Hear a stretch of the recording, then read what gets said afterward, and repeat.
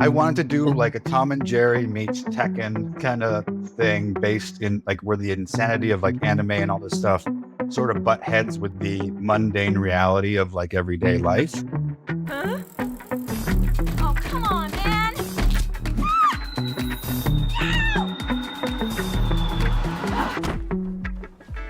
Huh? Is it just me, or is stuff arranged really strangely in the store?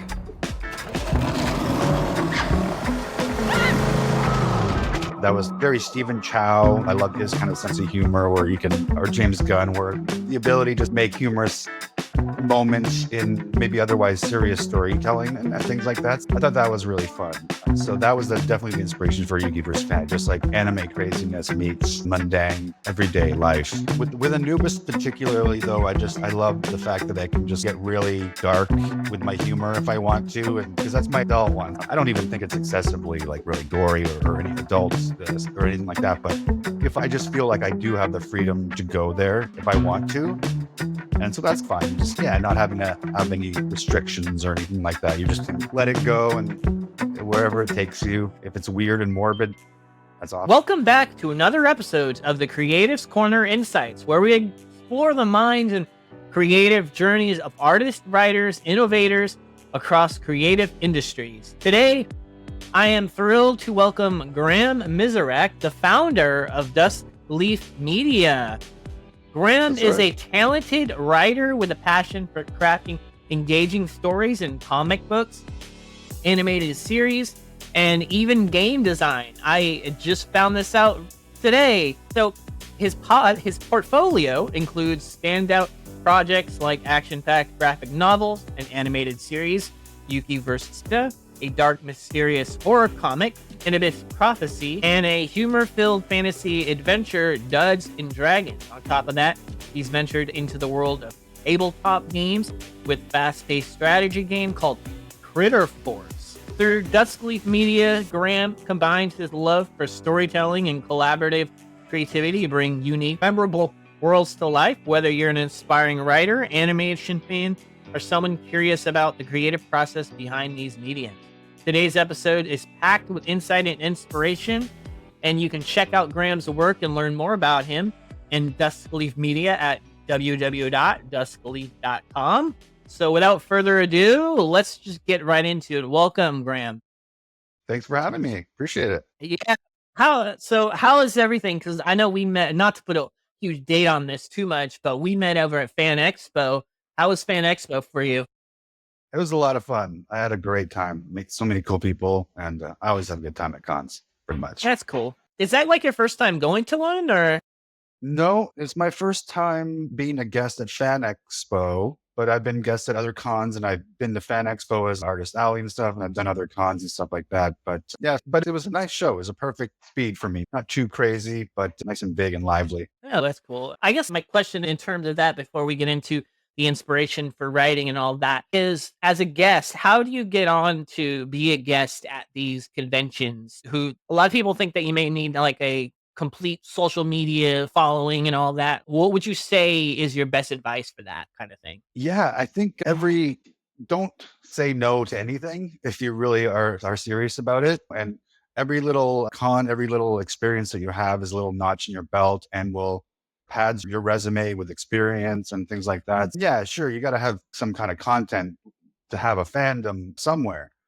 But I use social media sparingly, and I don't have a giant presence online or whatever like that. I just do my work and try really hard and try and get out there and meet as many people as I can. Yeah, no, I can definitely agree with that. I think like meeting face to face is often like the best sort of networking. Same how we did. So when it comes to your creative journey, what would you say that inspired you to be a writer for comic books and animated series? And was there any particular defining moment? Because when I met you, I thought you did the art, but then you were telling me how you're the writer and then you have somebody that does the art. For example, JC Grand did the art for Anubis. So what would you say has become your inspiration for that kind of stuff? My inspiration for getting the different artists or just getting into the writing? Being a writer, who are your biggest influences on that? That's a giant question. I sort of Frankenstein all my inspirations and stuff. I don't try not to dissect too much because then you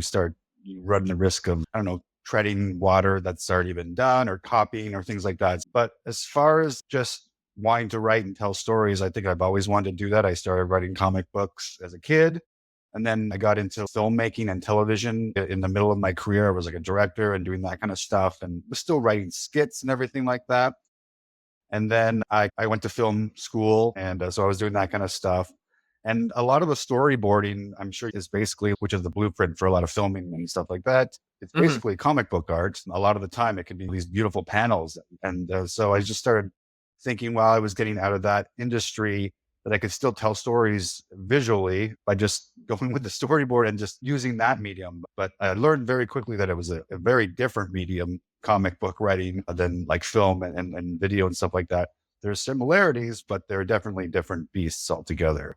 So that was interesting to go from the comic to film, TV, back to comic again. And that's where I resonated now. It's interesting you bring that up and being a start in film and then moving over to comic and even gaming to some extent. What would you say are some of what's different about the storyboard process and say like a film or TV series versus to the writing process? Sure. Yeah, definitely.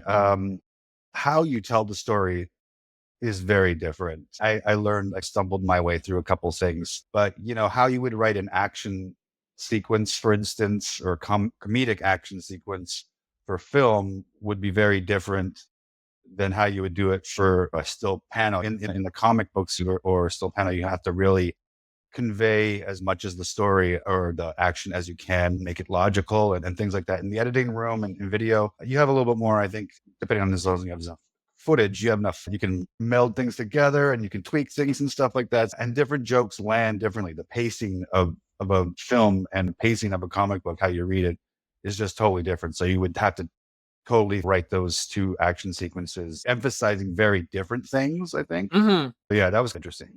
Because I love how you brought up the fact that like with editors, there is a little bit more of they're different. There's different things that you have to think about in a more creative element. Like with with an editor's job or a filmmaker's job, a lot of the time you're creating the Foley sounds, if anything, but sometimes those sounds are provided.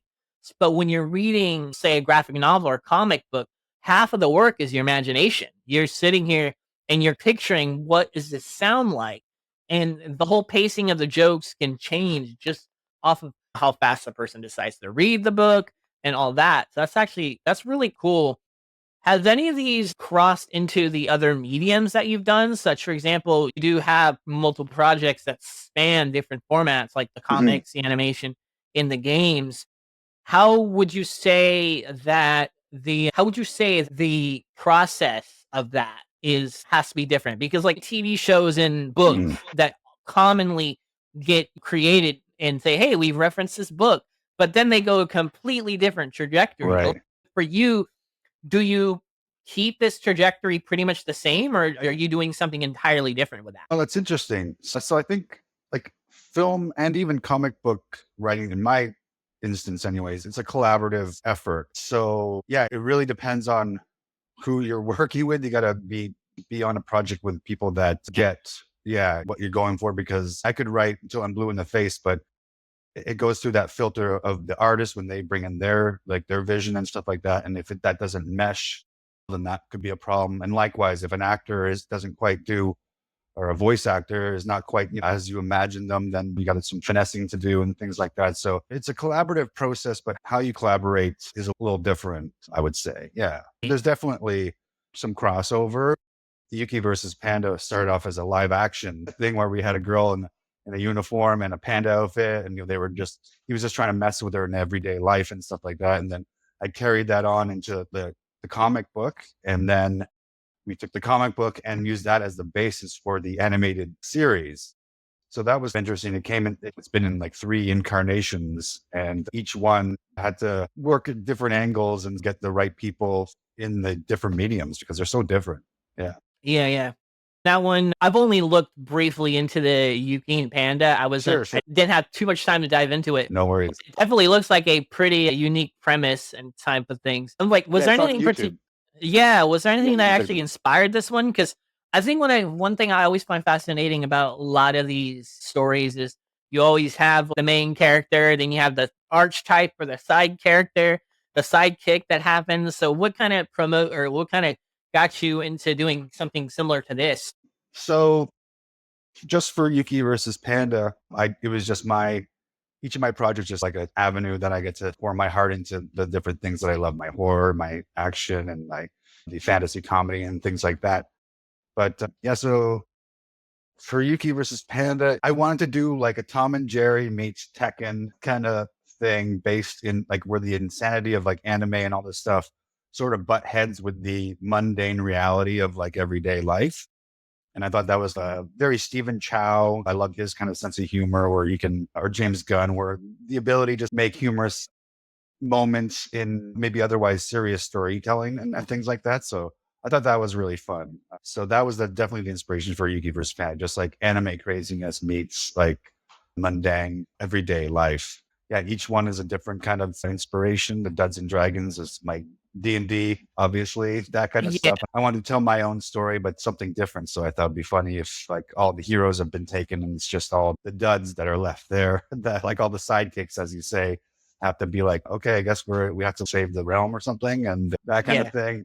And then Anubis Prophecy was again just my horror, my kind of goth. I was a goth kid and stuff like that. So I really like always was fascinated about ancient Egypt and gods and all these things. And I just thought it was really cool to mesh all that stuff together. And yeah. yeah, definitely. How many novels or how many issues of the of each main series do you have going on right now? Is it well, one's your Yeah. newest one as well? I'm constantly working. So Yuki versus Panda is going to have 20 in total, and that's going to be the full story arc. And 16 of them are out right now. So I'm working on 17 right now. That it's written. We're just me and the Hmm. artist are just going through it right now and getting those last 3 issues done, and then that'll be the full arc for that. Gods and Dragons. There's going to be 10, just straight up. That's my newest project. So I've had the best experience or the most experience breaking up my projects, and so I think I finally got the art of how to the Hmm. pacing, I think, a little bit better finally. So just I can straight up just do 10. And I feel like that'll be a perfect amount to tell a story. And then Anubis was originally a graphic novel, but I've been breaking it down to individual issues and coloring it and just rehashing it, reduxing it to the story. So there'll probably be about 15 or so for Anubis as well. At the moment, I guess I got about 20 or so comic books going out. That's cool. That is cool. So I guess the last thing I want to ask about Yuki versus before we get into Anubis a bit is were there any particular challenges that we say you faced it when adapting the novel into an animation? Yeah. Yeah, just like lots of things that I had no idea. Like it was a different beast altogether animating than drawing. And so like the character models, you have to have character models that will be able to be wired and rigged and stuff like that. Yeah. So yeah. So the character models are different and certain jokes, like I was saying, they just don't translate into the visual like medium, the video medium and vice versa. So some jokes have to go and then you tweak them and stuff. And then I think one of my favorite parts is just the spontaneity that you would get with the voice actors where they would just say a line a certain way that I had not even imagined it. And they just was hilarious or something like that. Like just unforeseen things where they bring in their own part of their own, how they interpret the character and stuff. And so that kind of, sometimes I'd be like, that's interesting. Yeah. Okay. That you see that character that way. And maybe I'll go further with that or something like that. So yeah, it's cool. That is cool. It's one of the process where you let the voice actors flourish and let them do Absolutely. what they're good at doing. That's Yeah. cool. So when it comes to Anubis, I guess and I think you already talked about this a little bit already in terms of the ancient Egypt and what drew you into the dark supernaturals. It was a huge element in your younger years. I think everybody has that darker goth side of them at some For point. sure. I know I did. Yeah. What would you say has been your most favorite part so far creating it?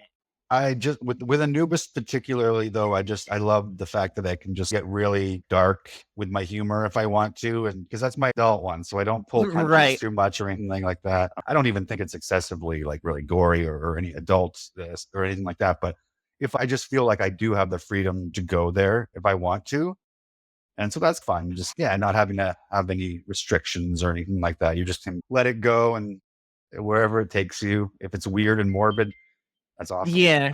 Now, what's interesting about that, because you're the writer and the artists that you're working with are coming up with these illustrations and all that, how Mhm. do you approach collaborating with the artists to still capture the tone and vision of the story that you're trying to convey with that? Yeah, it really has to be a good working relationship. Yeah, you have to really just know you get a working relationship. I think you start to get a feel for how, like, they start to get a feel for how I write. I get to start a feel for how they interpret my words. And then sometimes I can just mold the words to that artist, depending on who the artist is. So I might write Yuki versus Panda in a different way sometimes than Anubis, because I know I can explain something a certain way for that artist and they'll just know what I mean. Whereas the other one, maybe I have to be a little more clear or like Right. reference material and things like that. Yeah, reference material always helps too. Whenever I can, I always try to explain what I'm doing and then maybe show them a little bit of what I'm trying to hope for, something like that. So I think that helps a little bit too, rather than they're not just like pulling out of the sky a little bit. At least they have something like to focus on. And okay, that's Yeah. what he's thinking.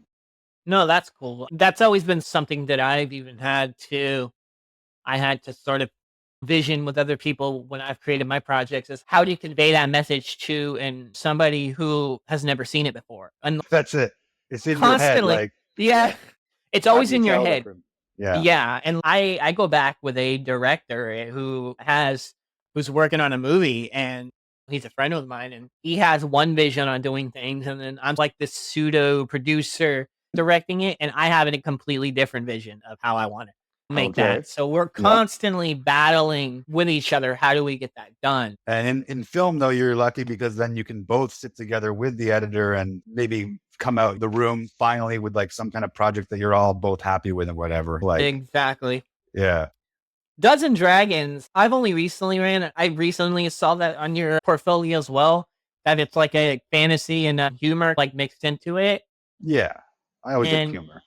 yeah, do you feel like there is a balance that you need to strike to create that sort of unique experience for readers so they don't feel like they're getting one or too much of the other? Yeah, definitely. Yuki versus Panda is just, I try and make it as funny and action oriented as I can while still, there's still a story and things like that. So there has to be moments of sober clarity and things like that. But with the Duds and Dragons, the only thing that I really want to do with that thing is just make sure that it's kid friendly. And so that's the only, I have to make sure that the jokes aren't too over the heads of, but not dumbed down either. I want it to be fun for everybody, like a Pixar movie. I think Yeah, strikes a fine balance. Like it's perfect. Adults and kids can both enjoy them and things like that. So that's pretty much the only thing that I find really challenging with some of the other things. Yeah. that's cool. That's definitely. And is this when you're creating like a this is like a board game, right? That people can buy right now and pick Critter up. Force is the card game. Yeah, Okay. it's all based on the characters from my three different like universes. It's just if you've ever played, I like board games in case you couldn't tell. Oh, I can tell totally. Yeah, it's like a dice thrown kind of Magic the Gathering mix with like just simple and fun. And my kids helped me play test it and create it. And yeah, so anyone can play it, but it's just a lot of fun. I always wanted to make a game. And so I thought my characters, and that way it can be something exclusively mine, not just anybody's, they're Yeah. my characters. Yeah. So that's And kind they're of all fun. the Yeah. characters from each of the worlds and universes and already created projects that you just put together, basically. Yeah, that's it. The three characters from each series, and each of the characters, I tried to make them play like their character. So Yuki's really fast and devastating. Panda's like really slow and but like armored and like very heavy.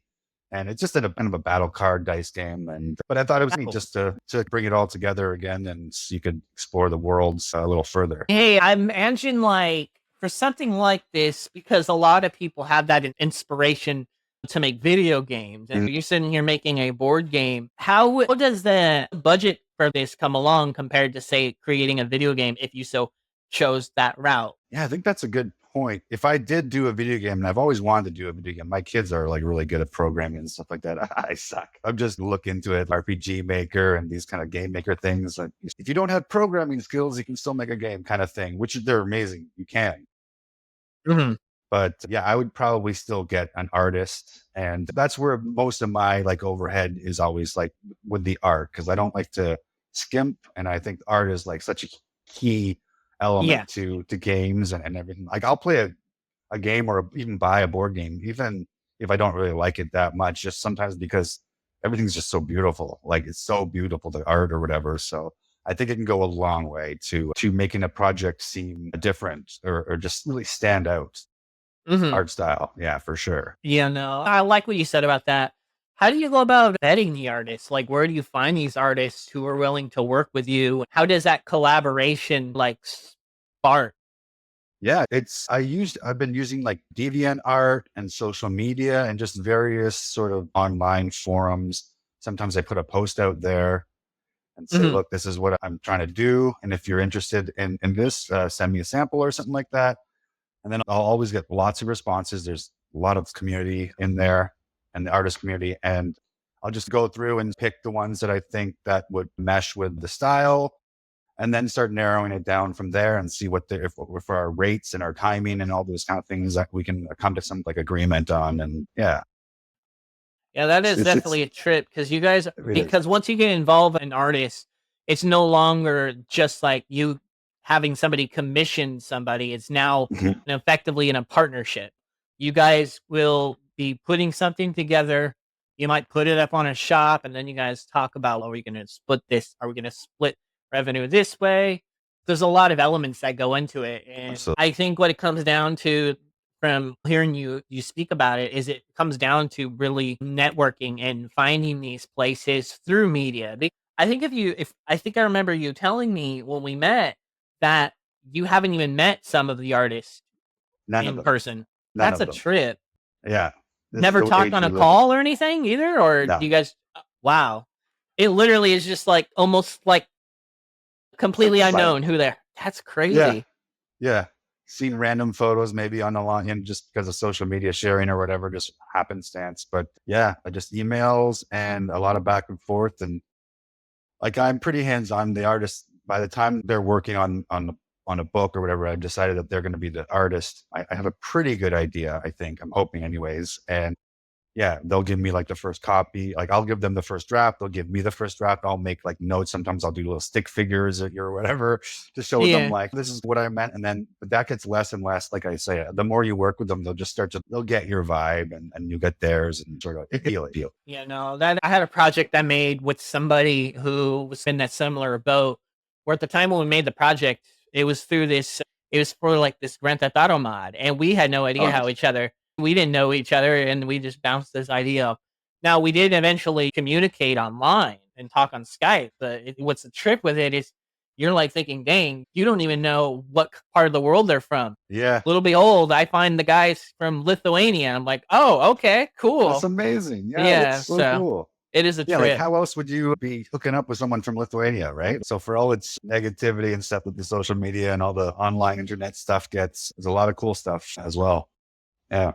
When it comes to Critter Force, was there any sort of difficulty to ensure that the game appeals to both the casual and hardcore players? And how did you make sure that it would do that? But yeah, big time, man. I went through so many iterations of the game from like super simple to like it was overly complex. And I just kept on grinding and playtesting and stuff until I found that like, if I could play it with my kids in about 20 minutes or so and they can do it without a problem and we're all having fun, that's when I started realizing like, okay, don't get too far from that. You don't want too many numbers floating in the air. You don't want too much math. You don't want too much of anything, but you also don't want it to just be super easy and like Candyland or whatever. So yeah, you gotta Right. mix the crunch with a little bit of palatable. Yeah. But yeah, so you just don't go overboard with the rules and stuff like that. Yeah. Oh, most definitely. Yeah, some of the other questions that I have on here, we literally covered like all most of them already, talking about how Okay. like approaching storytelling difference for comic versus animation. That's Yeah. I feel like that's a huge thing. And I guess here's another one that I feel really does compel to me even as a reader cuz I'll be honest, I have not read graphic novels or even dived in them to a long time. And Okay. I have a couple, so Yeah. I've been wanting to get back into that. And when I saw you at the booth, I'm like, this might be a good start. Get into some graphic novels and be like, okay, let's check it out. Nothing like super complex or anything like that. And I think one of the things interesting is the making sure that the characters that you create in a story resonate with the audience. So what's your process for developing those type of characters? Yeah, I'll say just for Yuki, I've struggled writing like a girl, not because it was difficult, but because I Right. wanted to do it justice. You know what I mean? Like I didn't want to do the guy version of a girl or whatever. So Yeah. I really went into and I watched a lot of like just movies and things like that where I felt they had like good, strong female protagonists and stuff.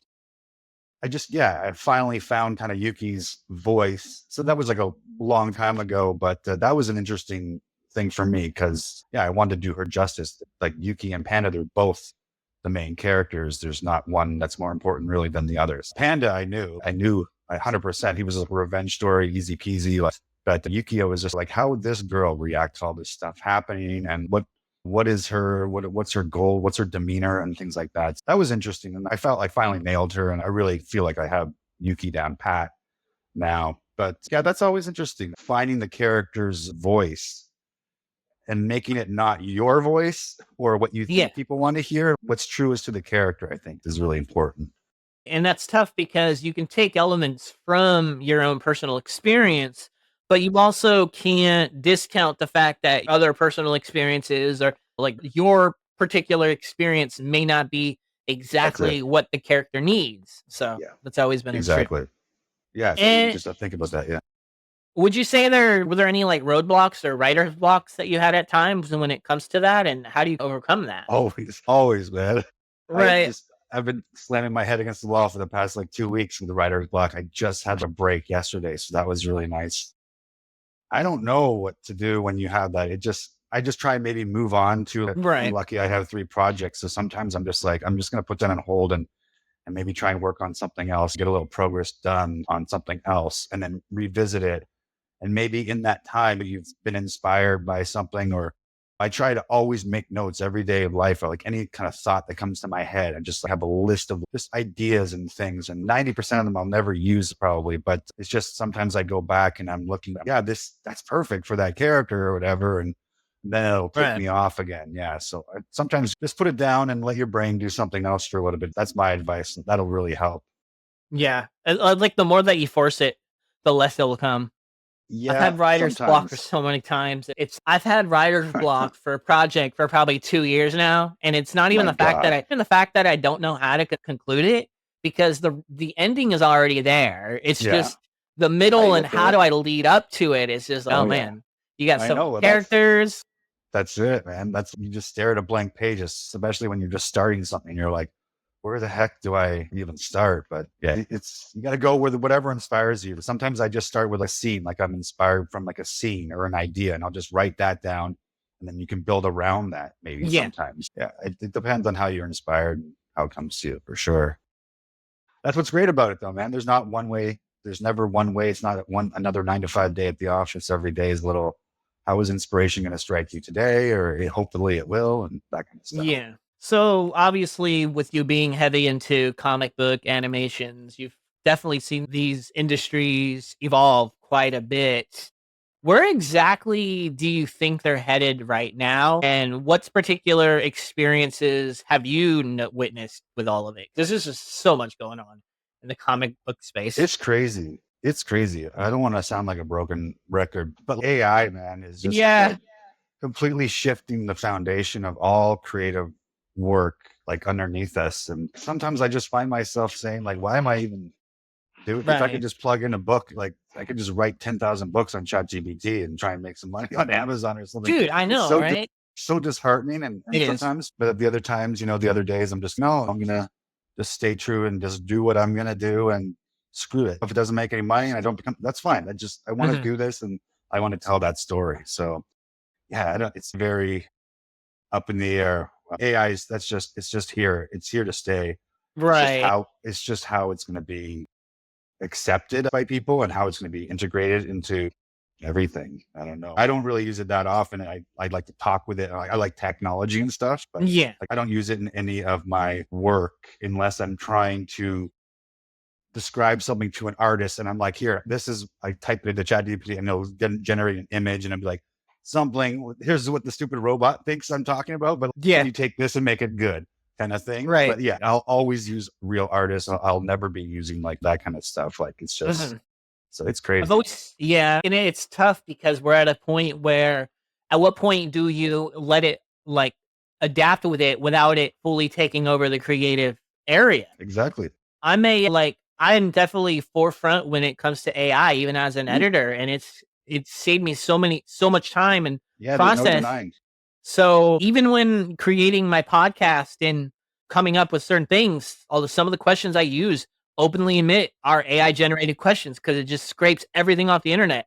But then Yeah. at some point, do I say, is it really authentic? Is it lazy? You start battling with yourself. And I think when it comes to that particular type of deal, it shouldn't be something that fully replaces the work of an artist. But I think if it can enhance the work of an artist, then you're on the right path. But it's so Yeah. hard when these tools are known to scrape real life work off of. So you're like, That's the key. Yeah. If we can find some kind of way of just integrating it into subtly into our lives. The one of my greatest examples, I just use like the Copilot. Instead of searching Google now, I'll just "Mhm, ask my question to Copilot AI and it'll search the results and give me the results. So there's an example of it just really making things a lot more efficient rather than me scouring websites and trying to copy and paste and things like that. So it's, of course, you don't know if the information is always true. So important thing, you got to look it up. But yeah, definitely convenient for that kind of stuff, like for research and for little things like, hey, what's another word for this or whatever, like for my writing styles and stuff that helps sometimes. But yeah, can't awesome, take over. awesome." Are there any sort type of advice or any type of advice that you would give to writers, artists, or looking to break in this field? I know we don't talk too much about the money side of things. Yeah. Money is definitely a huge part if you're not working 9 to 5. How do you like I think there's just so much information out there that a writer who wants to break in industry is like, how do I get started? And yeah. I wish I had better. Right, Can you right. tell me? Because I want to know too. No, it's just I just do my best, and that sounds so stupid, but I just do as much as I can. I try and get out there, and but never. I don't want to like feel like I'm like a dancing monkey and like selling my soul or anything like that. So it's like a fine line where you gotta self promote and have confidence and things like that and get out there, but also you don't want to have like ego, and you also don't want to make yourself unwelcome or oversaturate things as well. So it's a bit of a balance, but definitely, like I was saying, get out there and go to cons and talk to people face to face because I always find that's so enlightening. Like for me, like that we're doing this now because Right. of this, like it's like a third degree of separation kind of thing. Like it happens. Like a friend of a friend will see you or know this, and yeah, it's just sometimes it'll come from the places that you least expected, but Yeah. would never have come if you hadn't been there in the first place. Percent. And I think that's tough because on social media, you don't really get the full picture just looking at someone's profile. A lot of Mm, times, this is going to sound a little cheesy, but also a little mischievous, what I'm about to say. But when you're in person, nobody can't just block you on social media or block your DMs or ignore it. If you ask them a question, there's that genuine human connection that you get from that you don't get on social media. yeah, And I 100%. always think that's a trip because and yeah, I agree. As for writers looking to break in the industry and even editors, it's really just, build that portfolio and network. I can't think of any other things that have worked the best. No, I wish I had the like a be all, the one button, like I win button kind of thing answer. But yeah, it's just Right. for me, it definitely has not been. The success has been, yeah, all over the Mhm. place. Just keep For on sure, going, for going, sure. and yeah. I think though, if I can say, if you're worried that you're not being genuine, like with your art and things like that, and you're worried like you might have like imposter syndrome or anything like that, I think that's a good sign that you're probably not those things. Because I don't, Interesting. yeah, because I don't think people who are like imposters or who are fake worry about that kind of stuff if they're being genuine, just by the very nature of them just being imposters or whatever. I'm not talking about anyone specifically, but just in general. I can't say that I really met anybody that's like that. Most of the people I meet are really like they're in it because they love it. Right. Yeah, but yeah, it's interesting. No, that is a really interesting point that I haven't even really thought of because I think a lot of people just psych themselves up thinking, oh, I'm not in this. But then like most people that worry about being perfectionists are generally Yeah, perfectionists for a good reason, even if yeah, they because hate you that care. process. because you care about your art, and that makes you genuine, and that means you're Mhm. not. And that's the thing for sure. That is absolutely absolutely key. So when it comes to Dusk Media or Dusk Leaf Media, which is I already like that name, Duskleaf. How did you come up with a name like Duskleaf? I wanted something kind of mysterious and Okay. also to just represent my Canadian kind of background and stuff like that. So the maple leaf and dusk is a very mysterious kind of time. And yeah, I workshop a whole bunch of stuff, and that always just came back to I like dusk leaf. There wasn't a lot of. I also have to make sure nothing else is named that or anything. Yeah, it worked out. It worked out. Huh. That is a trip.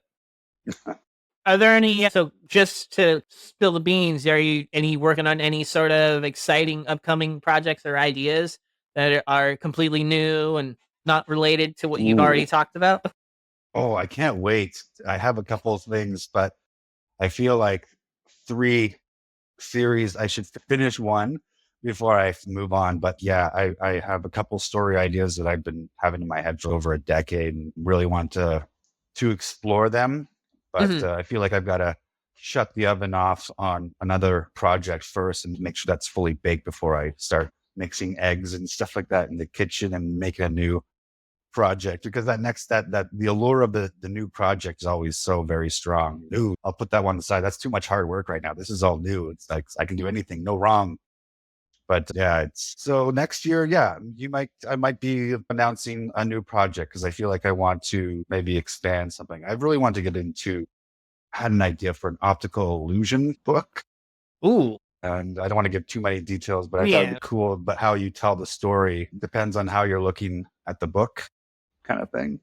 So yeah, something just totally out there, artsy, but still within the genre of comic books or graphic art. Yeah. Definitely say like the other thing that I've been getting into and I wanted to ask have you ever thought about doing it is creating some more like audiobooks and audio Mm, experiences. Because yes. I just ran across an audio book and series that I had no idea started from an audio project, and then it moved on to say like an Amazon Prime Video. But it was this Wow. one called by Markiplier called Edge of Sleep, Okay. and it's a full on like anime. It's like a full on like radio show. Yes. So I watched like the full 6 episodes on Amazon Prime, binged through that in a whole day. And Yeah. it's such a trippy story because So cool. it's legit like one of the fears that I've always had is, gee, you fall asleep, you're gonna die. I'm just like, man. Yeah. But yeah, nah, he turned that into but what was inspiring is he turned that from an actual audio book. And he's Yeah. not the only one in the process of, working this, but they had a whole radio style show. It was like if you just took a Netflix show, but instead Yeah. of focusing on the visuals, you made Yeah. sure it was all audio. I forgot Like the the old company school that did radio it. plays. Yeah. Yeah, I forgot the Yeah. company that did it, but they're pretty. I was like super inspired after listening to them. I'm just like, That's so cool. this is such a And like the panels, like the comics are doing that now too, like the audio panels. It's each panel you flip to and then you get the audio of the yeah. actors and stuff. It's I didn't different. even think about that, Yeah. They're huh? doing that over. Yeah. Comicsology is doing stuff like I that. have to look into that. That's the first I've Yeah. heard of it, So huh? it's kind So of it's like neat. you read the book and it has audio on it. Yeah. It's like you're hearing it and like, but you're looking at the visuals, but you're hearing the story as well. That'd Yeah. be a It's trip. neat. Yeah. But again, you have That to have is voice actors and everything. I'm sure it can stand alone on its own, probably, but it's neat when you marry the two. So I guess to get ready to close this show off because we've been talking for 45 minutes and it just went by fast. Yeah, I'm it like, did. Wow. my goodness, I'm gonna have to add and edit some parts, but basically to add in reflection and closing thoughts, what would you say has been the most valuable lesson that you've learned as a writer and a creator? Ooh, geez. I've learned so many as a valuable. Again, I don't underestimate just the power of persistence. I think because if you don't believe in your ideas, how can you expect anybody else to? Really? So I think you have to be like your biggest fan and your biggest critic, and I think that'll serve you well to try and find that balance of being true to to what you're trying to do, and also making something that could be like marketable or palatable for an audience and things like that. So yeah, but persistence is definitely the key, and just getting out there and meet good people, like just hook up with good people that elevate you or that you can learn from, or things like that. You like their presence, or you like who you are around them, and or what they're talking about, or things like that. I think that's important, who you surround yourself with, for sure. Nice. Are there any impact you hope that the stories are going to leave on readers and viewers by any chance? Yeah, always, not to get too into dissecting the projects, because I like Right. people to figure that out. But Right. Anubis Prophecy, Yuki, and Duds, they all have their own themes that I hope I don't hammer people over the head with them or anything like that. It's just there's a subtext in there, like Mhm. the underdog for Duds and Dragons, for instance, or whatever, just being discriminated against because you're like you're not strong enough, or this Yeah. enough, or whatever. Yeah, those kind of things. So anything human issues, I think, but they're not at the fore. Hopefully, they're not at the forefront where you're like thinking you're getting preached to or anything like that. It's very just subtle, and it's more just like that goes along with the story, I think, more than anything. Mhm. It has been amazing talking with you. I've definitely learned a lot. Where can we find you and support your work? That way we can get the plugs, everything out of the Yeah, I way. love the plugs. Love the Well, plugs. just online, duskleaf.com. That's my major like hub. All my stuff is there. But Yuki versus Panda and stuff, you can get that in bookstores. That was widely distributed for the first 2 volumes anyways. I'm working on getting the other ones. Mhm. But yeah, Comixology, Amazon, Drive Through Comics, anywhere you can get comic books, really. And yeah, and I'm trying to get Critter Force. That should be on Amazon as well, and online. It's also on my shop as well. So that's the plugs. Awesome. Dude, no, that's great. It was great meeting you. I met you along with some other interesting people over at the Fan Expo. Yeah. The other one I met was James Curry, who does the hosting for the creature features Oh, since like 2008. that And sounds it's fun. just it's a trip because I'm hoping to get him on the show as well, because it's just I'm into horror movies, Yeah. Thriller's always been my main go, and that's why I picked up Anubis. It's okay. Oh, I can rock with horror. Yeah, yeah. definitely. Yeah. Cool. You've been listening to the Creative Corner Insights. I'm your host, Stubble Polson. We were speaking today with Graham Misiurak, who is a writer and creator in the comic book space, animated series, and even game design.